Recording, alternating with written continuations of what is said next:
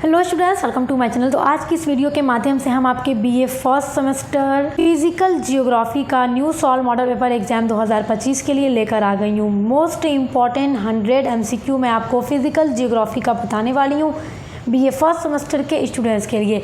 जो भी मेरे स्टूडेंट्स बीए फर्स्ट सेमेस्टर में हैं, फिजिकल जियोग्राफी पढ़ते हैं, भौतिक भूगोल पढ़ते हैं और 2025 में परीक्षा देने वाले हैं, 24-25 में परीक्षा देने वाले हैं, तो यह वीडियो उनके लिए मोस्ट इम्पॉर्टेंट है। आज का यह वीडियो एमसीक्यू वाला मॉडल पेपर है जिसमें मैं आपको इम्पॉर्टेंट एमसीक्यू बताने वाली हूँ। आपकी जो 1 से लेकर 8 तक की यूनिट्स हैं उनसे जितने भी इम्पॉर्टेंट एमसीक्यू आपके एग्ज़ाम में पूछे जा सकते हैं एग्ज़ाम 2024-25 में, वो मैं आज की इस वीडियो में आपको पूरा पढ़ाने वाली हूँ, बताने वाली हूँ। तो वीडियो में एंड तक बने रहिएगा और अपने सारे क्वेश्चन को देख लीजिएगा जो आपके एग्ज़ाम में पूछे जाएंगे। और फिजिकल जियोग्राफी के अलावा भी मैंने अदर जितने भी सब्जेक्ट हैं उन सभी पर भी एमसीक्यू की वीडियोस अपलोड कर दी हैं। हमारे चैनल पर ऑब्जेक्टिव एंड सब्जेक्टिव सभी प्रकार के एग्ज़ाम की तैयारी कराई जाती है। तो अगर आपकी सब्जेक्टिव परीक्षा होने वाली है तो उसके लिए भी मैंने महासंग्राम revision class, important question answer की क्लास अपलोड कर दी है, तो आप देख लीजिएगा। आज हम एमसीक्यूज क्वेश्चन को डिस्कस करने वाले हैं एग्ज़ाम 2024-25 के लिए फिजिकल जियोग्राफी का। तो चलिए वीडियो स्टार्ट करते हैं। अगर आप किसी भी यूनिवर्सिटी से हैं तो आपके लिए वीडियो हेल्पफुल होगा। बच्चे मुझसे पूछते रहते हैं कि मैम हम इस यूनिवर्सिटी से हैं, हम इस यूनिवर्सिटी से हैं, तो क्या ये हमारे लिए हेल्पफुल होगा? तो जी बिल्कुल होगा। आप चाहे किसी भी यूनिवर्सिटी से हैं, मैं आपको एक बात बता दूं कि एनईपी 2020 के अकॉर्डिंग हर यूनिवर्सिटी का सिलेबस सेम हो चुका है।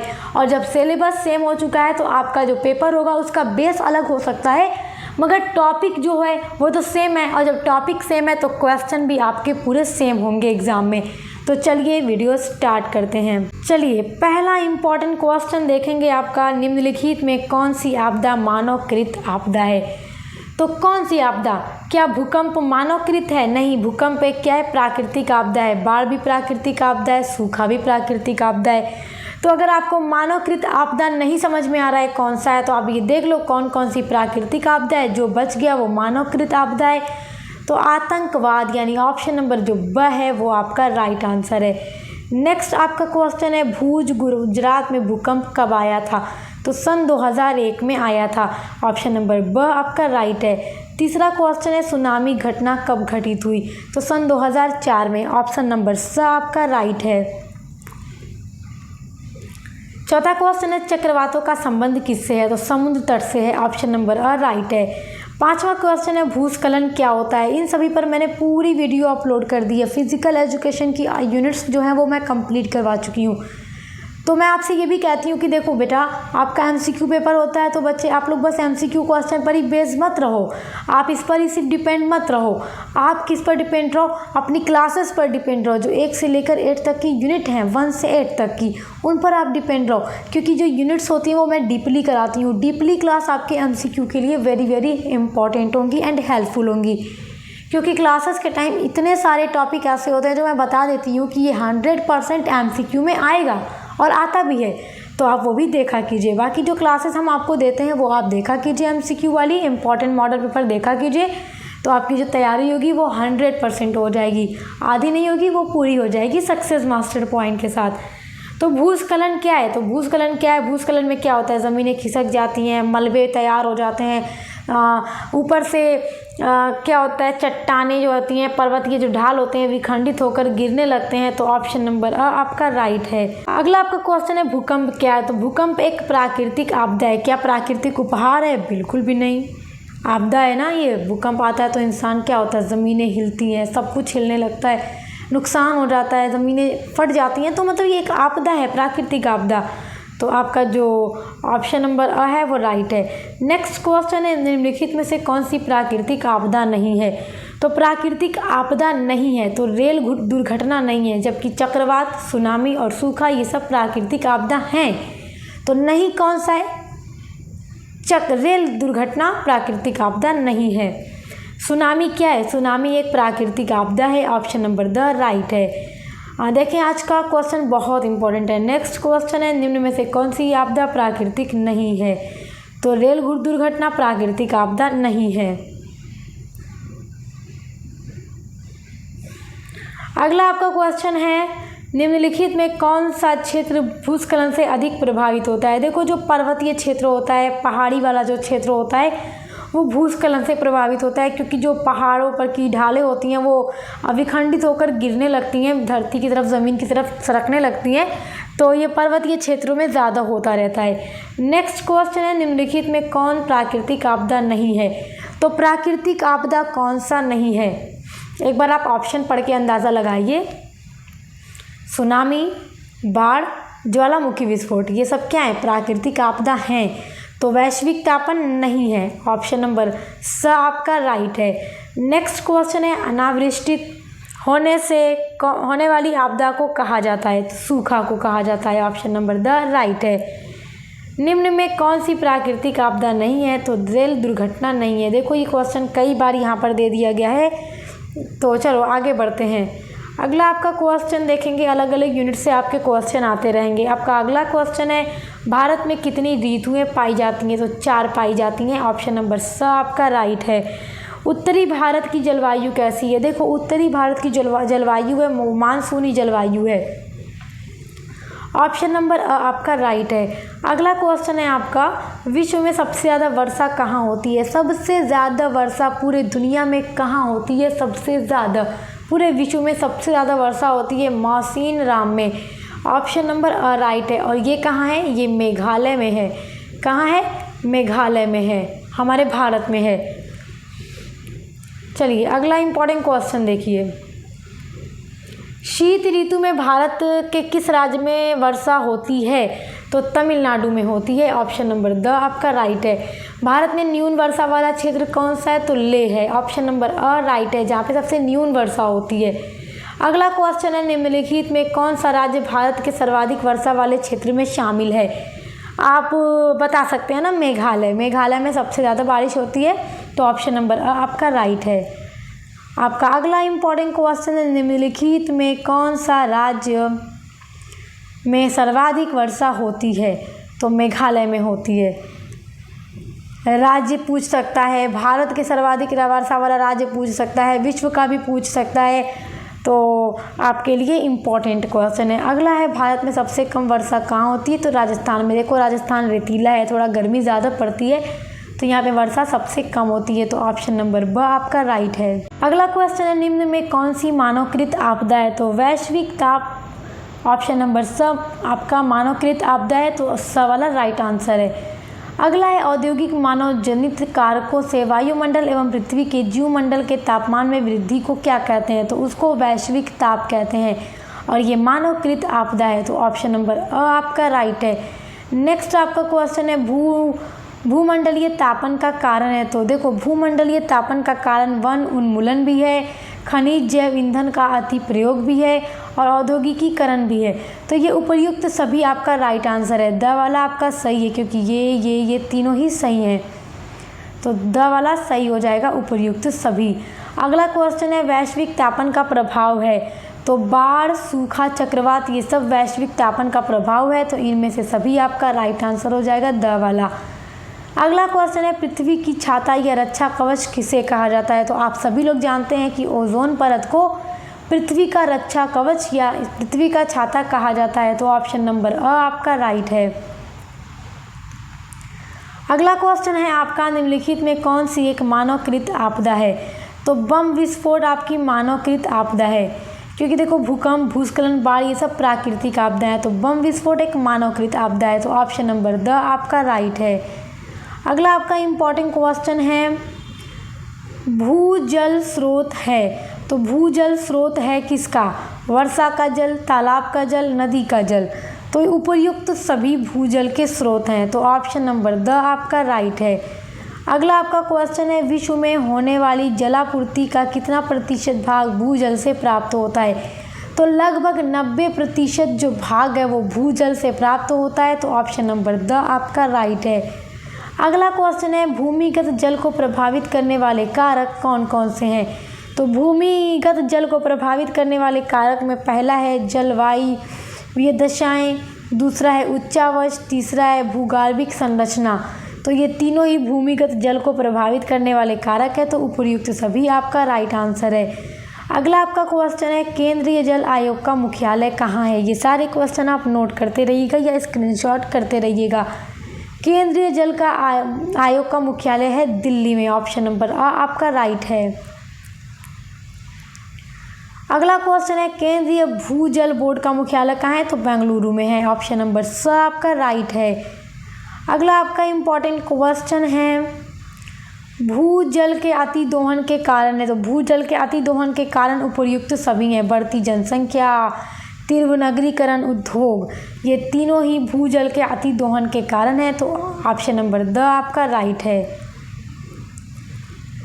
आपका अगला है तरुण भारत संघ संस्था किस राज्य में कार्यरत है? तो राजस्थान में है। ऑप्शन नंबर आ आपका राइट है। अगला क्वेश्चन है जल ग्रहण प्रबंधन के उद्देश्य क्या है? तो बाढ़ नियंत्रण भी है, जल एवं मृदा संरक्षण भी है और कृषि अयोग्य भूमि का उपचार भी जल ग्रहण प्रबंधन के उद्देश्य हैं। तो जब तीनों ही आपका राइट है तो आप टिक कौन से वाले पे करोगे अपने पेपर में? उपर्युक्त सभी पर करोगे। ऑप्शन नंबर द आपका राइट है। अगला क्वेश्चन देखिए भूमि के अभ्यंतर में चुंबकीय शक्ति पाई जाती है, तो कहाँ पर पाई जाती है? आपका पहला ऑप्शन है नीफे में, दूसरा है सियाल में, तीसरा है मेंडल में और आपका चौथा है सीमा में। तो किस में पाई जाती है? पृथ्वी के अभ्यंतर में चुंबकीय शक्ति जो है वो नीफे में पाई जाती है। आपका ऑप्शन नंबर का राइट है। अगला क्वेश्चन है आपका सियाल की औसत गहराई कितनी है? तो देखो सियाल की जो औसत गहराई है वो कितनी है? 50 से लेकर 300 किलोमीटर या 1000 से 2000 किलोमीटर, 500 किलोमीटर या 300 किलोमीटर। तो 50 से लेकर 300 किलोमीटर। तो ऑप्शन नंबर का आपका राइट आंसर है। नेक्स्ट आपका क्वेश्चन है उच्च भूमियों से पदार्थों को हटाने की क्रिया क्या कहलाती है? तो क्या कहलाती है?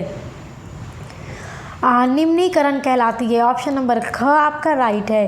अगला आपका क्वेश्चन है महाखंड या कैनियन होती है, तो महाखंड या कैनियन कहाँ होती है?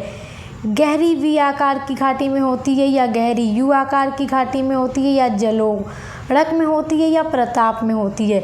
तो गहरी वी आकार की घाटी में महाखंड या कैनियन होती है। ऑप्शन नंबर क आपका राइट है, गहरी वी आकार की घाटी में। अगला इम्पॉर्टेंट क्वेश्चन है आपका डेल्टा का निर्माण निम्न में से किस कारक द्वारा होता है? तो डेल्टा का निर्माण किस कारक द्वारा होता है? नदी के द्वारा होता है। किसके द्वारा? नदी के द्वारा। ऑप्शन नंबर घ आपका राइट है। अगला क्वेश्चन है यू आकार की घाटी का निर्माण कौन करता है? तो यू आकार की जो घाटी है उसका निर्माण कौन करता है? नदी करती है, लहरें करती हैं, भूमिगत जल करती हैं या हिम नदी करती है? तो हिम नदी करती है। ऑप्शन नंबर घ आपका राइट है। अगला आपका इम्पॉर्टेंट क्वेश्चन है निम्न में से सक्रिय ज्वालामुखी का नाम छाटिए। कौन सा ज्वालामुखी है जो सक्रिय है, जो हर वक्त जैसे एक्टिव रहता है फटने के लिए, जिसके मुंह से लावा निकलता रहता है? तो कौन सा है? पोपा है, किलिमंजारो है या माउंट एटना है या विसुवियस है? तो माउंट एटना जो है ये सक्रिय ज्वालामुखी है। ऑप्शन नंबर ग आपका राइट है। अगला आपका इम्पॉर्टेंट क्वेश्चन है विवर्तनिक शक्तियों द्वारा भूपर्पटी में होने वाला कंपन क्या कहलाता है? तो क्या कहलाता है? भूकंप कहलाता है। ऑप्शन नंबर क आपका राइट है।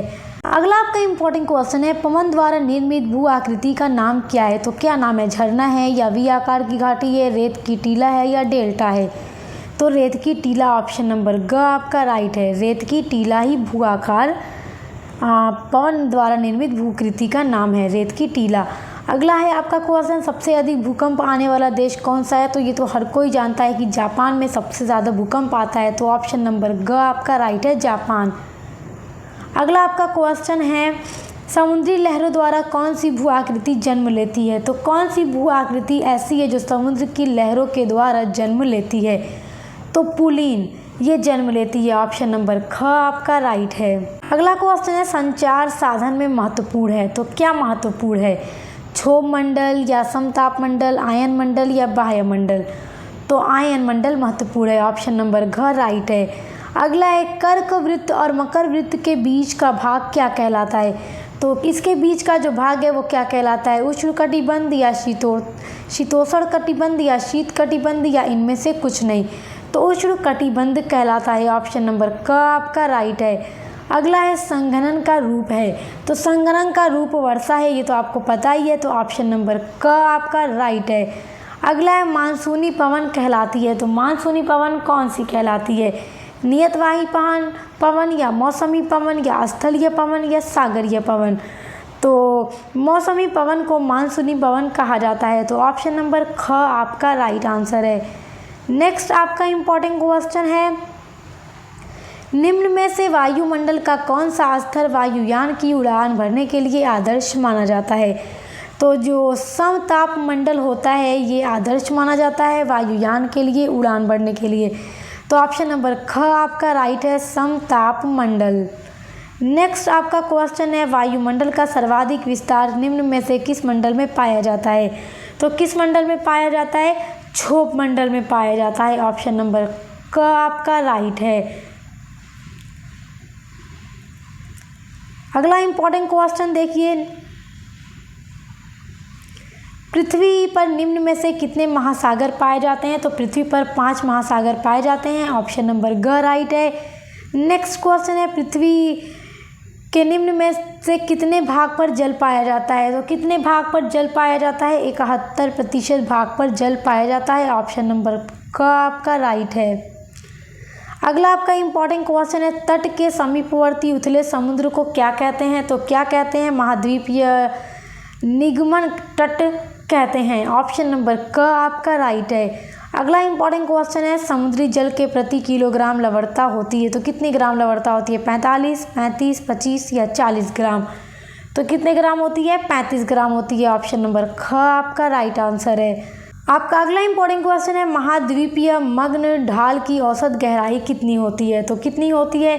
4000 मीटर, 3800 मीटर, 3600 मीटर या 3000 मीटर? तो 3600 मीटर होती है, ऑप्शन नंबर ग आपका राइट है। नेक्स्ट आपका क्वेश्चन है, सबसे बड़ा महासागर कौन सा है? तो सबसे बड़ा महासागर प्रशांत महासागर है, ऑप्शन नंबर ग आपका राइट है।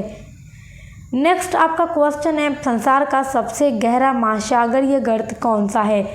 तो जो संसार का, पूरी दुनिया का सबसे गहरा महासागरीय गर्त है वो मेरियाना है, ऑप्शन नंबर क आपका राइट है। नेक्स्ट आपका देखिए इंपॉर्टेंट क्वेश्चन है, गल्फ स्ट्रीम कैसी जलधारा है? तो ये कैसी जलधारा है? गर्म है, ऑप्शन नंबर ख आपका राइट आंसर है। तो आज के इस वीडियो में मैंने जितने भी आपको इम्पॉर्टेंट MCQ बताए हैं आप इन सभी को तैयार कर लीजिएगा, ये बहुत इंपॉर्टेंट हैं आपके एग्ज़ाम 2024-25 के लिए। यहाँ से आपको 90% क्वेश्चन अपने एग्ज़ाम में देखने को ज़रूर मिलेंगे, और ऐसी ही वीडियोज़ के लिए अभी हमारे चैनल पर विजिट कीजिए। BA के 3 सालों तक यहाँ पर आपको सब कुछ बिल्कुल फ्री में पढ़ने के लिए मिलता रहेगा। तो अब मिलते हैं नेक्स्ट वीडियो के साथ।